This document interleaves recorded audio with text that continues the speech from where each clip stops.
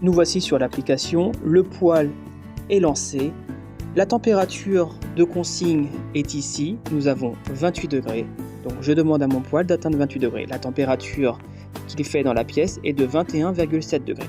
Nous sommes en mode automatique, ce qui signifie que le poêle va gérer les puissances, les différents paliers de puissance en fonction du besoin de la maison.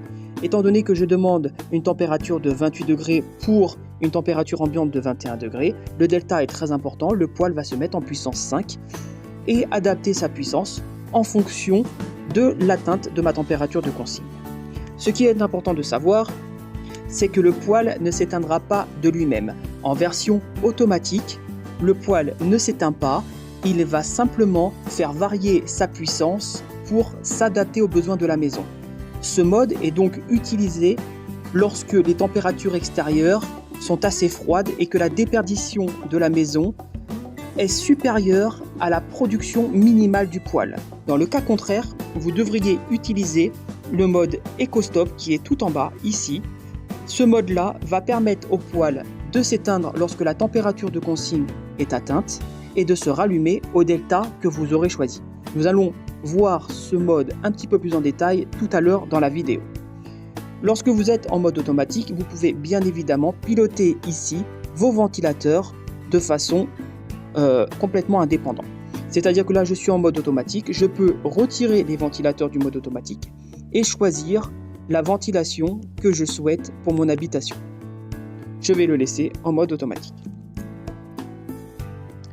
Nous revoici sur le panneau principal. Vous avez le choix entre différentes options que vous pouvez voir ici sur la roulette. Nous avons le mode de la petite maison cœur qui est un mode confort. Si vous activez ce mode confort, votre poêle va de lui-même couper la ventilation afin de vous apporter un minimum de bruit et donc un confort maximal. Vous avez également le mode ici manuel qui est la petite main, nous allons le valider ensemble. Et là, on se rend compte que dans le mode manuel, la température ici ne s'affiche plus. Pourquoi ? Parce que le poêle a complètement neutralisé la température et vous allez piloter votre poêle avec de la puissance. Donc, à quoi sert ce mode ? Ce mode, il va vous servir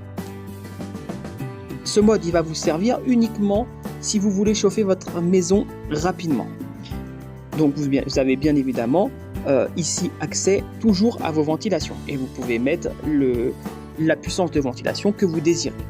À noter que lorsque vous allez dans le mode ventilation, si vous possédez un modèle canalisable, vous allez avoir plusieurs ventilateurs. Ici, j'ai le ventilateur du salon et le ventilateur de la chambre, ce qui me permet de pouvoir piloter chaque ventilateur de façon complètement indépendante. Et ça, c'est un atout. Autre mode, vous avez le mode nuit. Donc le mode nuit, ici, la petite lune, il va vous permettre, comme son nom l'indique, d'activer ce mode lorsque vous allez vous coucher si vous laissez votre poêle allumé. Et ce mode va vous permettre surtout de maintenir la maison au chaud en consommant le minimum de granules. Enfin, dernier mode, ici, c'est le mode turbo. Le mode turbo va vous permettre pendant 20 minutes de pousser votre poêle à 20% de sa puissance supplémentaire par rapport à la puissance qu'il a été déterminée. C'est un mode qui va vous permettre de chauffer la maison très vite si par exemple vous avez oublié d'allumer votre poêle à une heure bien prédéfinie.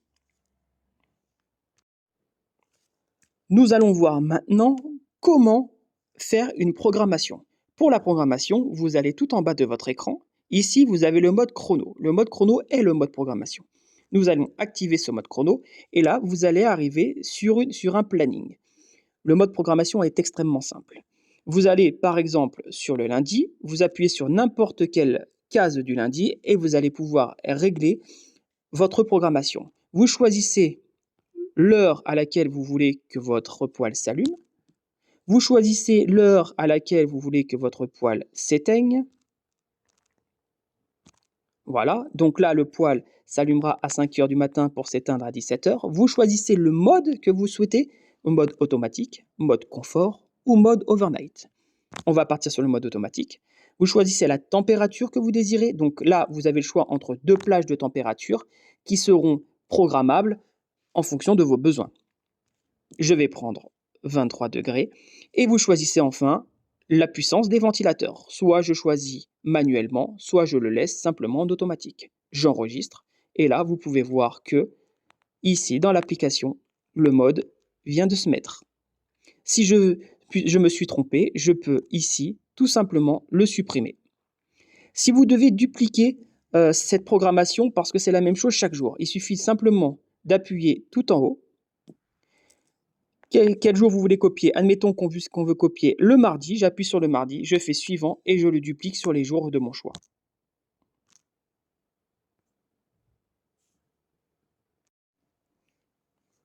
Nous allons maintenant passer à l'éco-stop. Vous allez comprendre l'utilité de l'éco-stop. Donc l'éco-stop est idéal en demi-saison. La demi-saison parce que votre poêle va émettre une température minimale, mais cette température minimale sera supérieure à la déperdition de la maison. Ce qui signifie que si vous n'êtes pas en éco-stop, le poêle va trop chauffer et la maison va trop monter en température. Donc l'idéal, c'est de valider un éco-stop. L'éco-stop va permettre au poêle d'arriver à la température de consigne et de se couper à cette température de consigne et il se rallumera au delta que vous aurez choisi.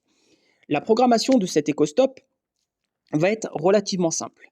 Donc là, je suis rentré dans le bouton Start and Stop ou éco-stop, c'est exactement la même chose. On peut voir ici que le Start and Stop est sur Off.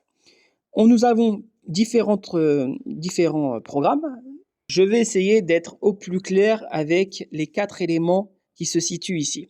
Ces éléments vont être déterminants dans l'extinction et le rallumage de votre appareil. Nous avons différentes choses comme le retard de rallumage, l'hystérésie négatif, le retard d'extinction et l'hystérésie positif. Nous allons nous intéresser au retard de rallumage et au retard d'extinction. Qu'est-ce que ça signifie?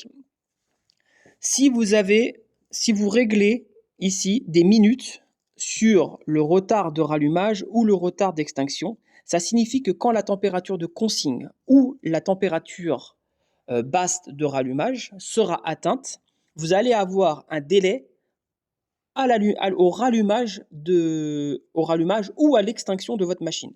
Soit, ici, un retard de 5 minutes. Je m'explique. Vous avez choisi 21 degrés de température de consigne. Le poêle va monter à 21 degrés et il ne va pas s'éteindre tout de suite. Et c'est là que les clients se posent la question pourquoi? Simplement parce que dans vos programmes, vous avez des retards. Si vous voulez avoir une extinction à température de consigne atteinte, vous mettez 0, tout simplement. Ces retards servent notamment à, admettons que vous avez un poêle proche d'une porte, la température de consigne est atteinte, ensuite la maison perd en température, vous ouvrez la porte, le poêle prend un petit courant d'air, donc la sonde qui est extrêmement sensible va afficher 18 et le poêle va se rallumer, alors qu'en fait chez vous, vous avez une température qui est correcte. Voilà à quoi servent ces retards de rallumage ou ces retards d'extinction.